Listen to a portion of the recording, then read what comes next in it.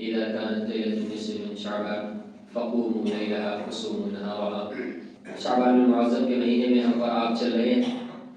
آج جمعہ کا دن، شعبان، رمضان، شوال، ذی الحجہ، ذی القعدہ، یہ چند مہینے ایسے ہیں اسلامی تاریخ کے کہ جس کو یاد رکھنا ضروری ہے۔ پچھلے ہفتے شعبان کے فضائل میں چند باتیں ہوئی تھی، شاید ہم نے بھی یہ حدیث آپ کو سنایا تھا۔ اللہ کے رسول صلی اللہ علیہ وسلم نے فرمایا احسو ہلال شعبان لرمضان، کہ شعبان کی تاریخوں کو یاد رکھو۔ شعبان کی تاریخ یاد رکھنے کا مطلب یہ ہے کہ شعبان کے بعد جو رمضان المبارک شروع ہوگا، رمضان المبارک میں روزے فرض کیے گئے، تو کب سے رمضان شروع ہو رہا ہے، روزہ ہمیں کب سے رکھنا ہے، اس چیز کو معلوم کرنے کے لیے اور جاننے کے لیے ضروری ہے کہ ہم ان مہینوں کو یاد رکھیں۔ ایسے ہی ذی الحجہ میں حج کا ایک بڑا فریضہ انجام دیا جاتا ہے، قربانی ہے، تو ذی الحجہ کو بھی یاد رکھنا۔ اور اس سے پہلے ذی القعدہ ہے، تو ذی القعدہ کب ختم ہو رہا ہے، ذی الحجہ کب شروع ہو رہا ہے، چند مہینے ایسے ہیں، ان سب کو یاد رکھنا واجب ہے، ضروری ہے۔ تو ہم ابھی جس مہینے میں سفر کر رہے ہیں، گزر رہے ہیں، یہ مہینہ شعبان کا ہے، اور شعبان کے بعد رمضان المبارک کا مہینہ آنے والا ہے۔ اللہ کے رسول صلی اللہ علیہ وسلم کا طریقہ یہ تھا کہ آپ شعبان کے بالکل اخیر میں رمضان المبارک کے فضائل بیان کیا کرتے تھے، لیکن اس سے پہلے ابھی جو ہمارے سامنے 15 شعبان، جس کو ہم شب برات کہتے ہیں، شعبان کی 14ویں تاریخ ہوتی ہے، اور اس کے بعد جو رات شروع ہوتی ہے اس رات کو 15ویں رات کہتے ہیں، شعبان کی 15ویں رات۔ تو یہ بھی فضیلت کی حامل ہے۔ چند راتوں کا تذکرہ احادیث میں آیا ہے جو عبادت کے لیے ہے خاص طور پر، اور جن میں عبادت کرنا فضیلت و برکت کا حامل ہے، ان میں سے نصف شعبان کا تذکرہ آتا ہے، 15ویں شعبان کا۔ پچھلی مرتبہ کئی حدیثیں سنائی گئی تھی، سال قریب ہونے کو ہے، اس لیے عام طور پر لوگ بھول جاتے ہیں۔ اللہ کے رسول صلی اللہ علیہ وسلم کی حدیث میں یہ بات ہے کہ جو آدمی 2 عید کی راتیں اور نصف شعبان یعنی 15ویں شعبان کی رات کو جگ کر عبادت کرے گا، تو اس آدمی کا دل اس دن نہیں مرے گا جس دن سب کے دل مر جائیں گے۔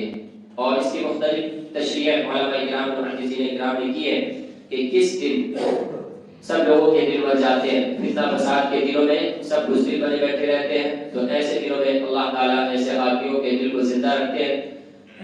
تو اس حدیث سے بھی یہ بات ثابت ہوئی کہ دونوں عید کی راتوں کو جگ کر عبادت کرنا اور شعبان کی رات کو جگ کر عبادت کرنا، یعنی 15 شعبان کی رات کو عبادت کرنا، یہ فضیلت کا حامل ہے۔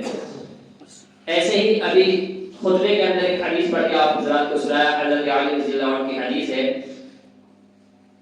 کہ جب شعبان کی 15ویں شب آ جائے، اذا کانت لیلۃ النصف من شعبان، لیلۃ النصف آدھی رات، یعنی مہینے کا آدھا جو پہنچا وہ 15 کو، اور اس کی جب رات آئے گی 15ویں رات، فقوموا لیلہا، تو رات کو جگو، قوموا رات کو کھڑا رہو، یعنی کھڑے رہ کر عبادت کرو، اقام الصلاۃ، ایتاء الزکوٰۃ، یہ قرآن کریم کی اصطلاح ہے، نماز قائم کرو، قیام اللیل، راتوں کو جگنا اور راتوں کو جگ کر عبادت کرنا۔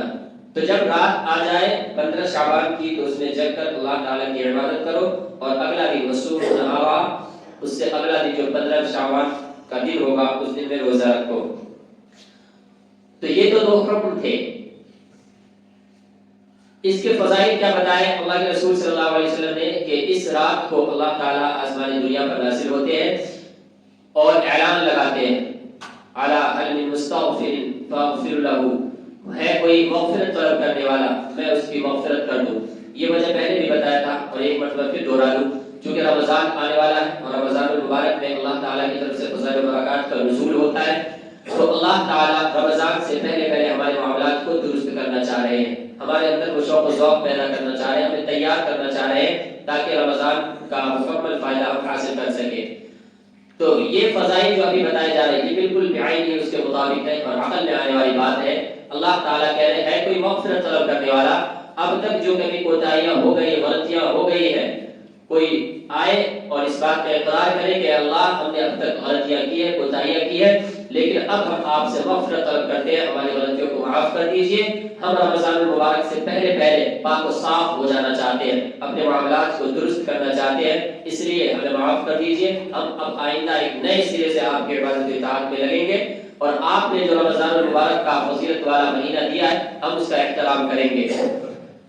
تو اللہ تعالیٰ اس طرح آواز لگاتے ہیں، پکارتے ہیں آسمان دنیا پر آ کر، اور دوسرے بھی الفاظ المسترزق فرزق لہ، ہے کوئی رزق طلب کرنے والا۔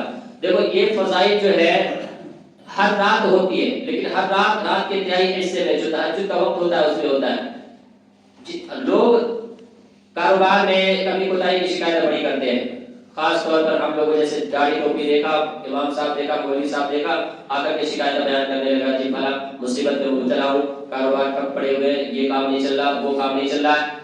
اللہ تعالیٰ جو راستہ بتا رہے ہیں، رسول اللہ صلی اللہ علیہ وسلم جو راستہ بتا رہے ہیں، جو علاج بتا رہے ہیں، وہ علاج کرنے کے لیے راضی نہیں۔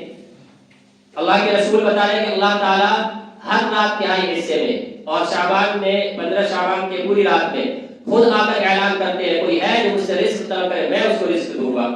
اللہ بے نیاز ہے، کسی کی کوئی ضرورت نہیں اللہ تعالیٰ کو، کوئی مر رہا ہے اس سے کوئی مطلب نہیں، کوئی عیش کر رہا ہے اس سے کوئی مطلب نہیں، اسی کو کہتے ہیں صمد، بے نیاز۔ قل هو اللہ احد اللہ الصمد، اللہ بے نیاز ہے، اس کو ان چیزوں سے کوئی مطلب نہیں ہے، لیکن پھر بھی اللہ تعالیٰ خود ہی آفر کر رہے ہیں، آؤ مجھ سے مانگو میں تمہیں رزق دوں گا۔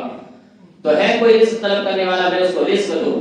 علی علم المبتلا فَأُعَافِيهِ، ہے کوئی مصیبت زدہ، مصیبت میں مبتلا، وہ مجھ سے کہے کہ میں مصیبت میں مبتلا ہو گیا ہوں، مجھ پر عافیت بخشیے اور مجھے عافیت دیجیے، مصیبت سے چھٹکارا دیجیے، اللہ تعالیٰ خود بلا رہے اور ہم جانے کے لیے راضی نہیں۔ پچھلے ہفتے شعبان کے فضائل بیان کیا اور یہ بات صاف لفظوں میں بتایا کہ اللہ کے رسول صلی اللہ علیہ وسلم رمضان کے علاوہ کسی مہینے میں سب سے زیادہ روزہ رکھتے تھے، سب سے زیادہ عبادت کرتے تھے، سب سے زیادہ صدقات و خیرات کرتے تھے، وہ شعبان کا مہینہ تھا۔ ہمیں چاہیے تھا کہ ہم پورے طور پر مستعد ہو جائے، تیار ہو جائے، جو غلط معاملات ہوئے اسے چھوڑ دیں۔ اسی مہینے کے فضائل میں اللہ تعالیٰ نے حدیثیں مختلف قسم کی ہے، بعض میں یہ کہ اللہ تعالیٰ تمام مخلوقات کو معاف کرتے ہیں چند حضرات کو چھوڑ کر، مشرک ہے، کینہ والا ہے، ماں باپ کا نافرمان ہے، شراب کا عادی ہے، جو غلط خوری کرنے والا ہے، زنا کرنے والا ہے۔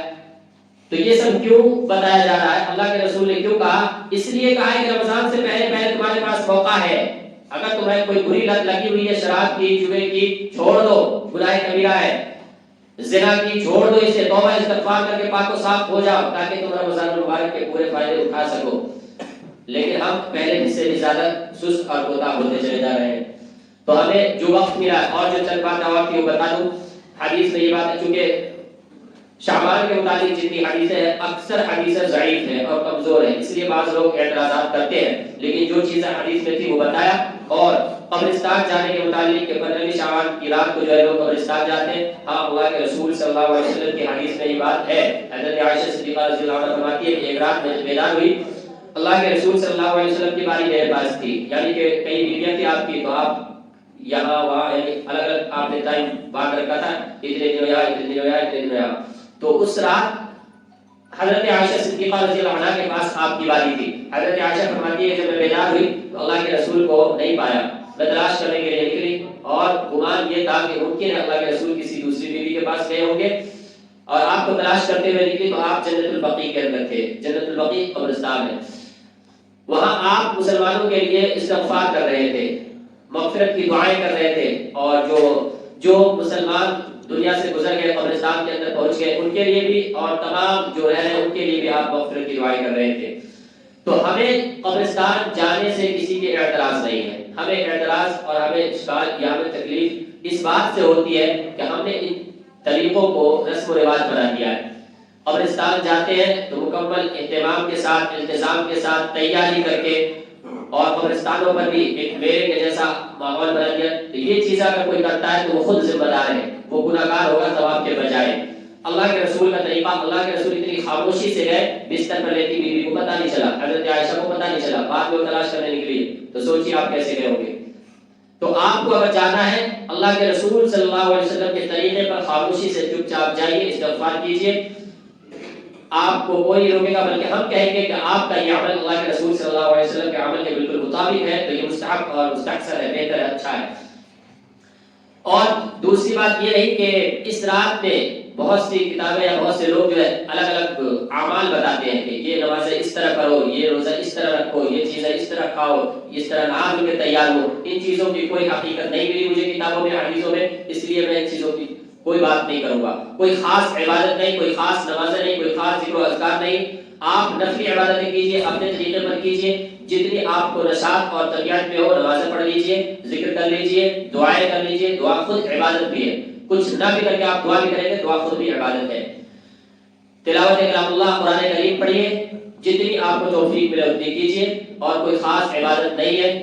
اپنے طریقے پر جماعت نفلی نمازوں میں نہیں ہوا کرتی، نفلی نمازوں میں جماعت نہیں ہوتی۔ تراویح میں جماعت اس لیے ہے کہ صحابہ کرام کو اللہ کے رسول صلی اللہ علیہ وسلم نے وہ بنایا ہے، یعنی جس کی اتباع کی جائے، ان میں سے شامل کیا ہے خلفائے راشدین کو۔ علیکم بسنتی و سنت الخلفاء الراشدین المہدیین، اللہ کے رسول کے حدیث میں ہے۔ تو ان لوگوں نے اگر تراویح میں جماعت کی، خود اللہ کے رسول صلی اللہ علیہ وسلم نے جو چند دن تراویح پڑھایا تھا تو آپ بھی سب کو شامل کر کے پڑھائے تھے، جو لوگ بھی شریک ہوئے سب ساتھ، تو ان چیزوں میں تو جماعت ہے۔ جنازے کی نماز جماعت سے ہوتی ہے، اس میں جماعت ہے، لیکن نفلی عبادتیں جماعت سے نہیں ہوتی۔ عورتوں کی جماعت نہیں ہوتی، تو عورتوں کی جماعت نہ ہو، نفلی نمازوں میں جماعت نہ ہو۔ صلاۃ التسبیح پڑھ رہے ہیں یا اوابین پڑھ رہے ہیں یا تہجد پڑھ رہے ہیں، تنہا پڑھیے، آپ اکیلے پڑھیے۔ مسجد میں آنے کا دل چاہتا ہے مسجد میں آ کے پڑھیے، مسجد میں آنے کا ثواب زیادہ ہو سکتا ہے، لیکن اہتمام کسی چیز کا نہ ہو، اپنے طریقے پر آپ عبادت کیجیے۔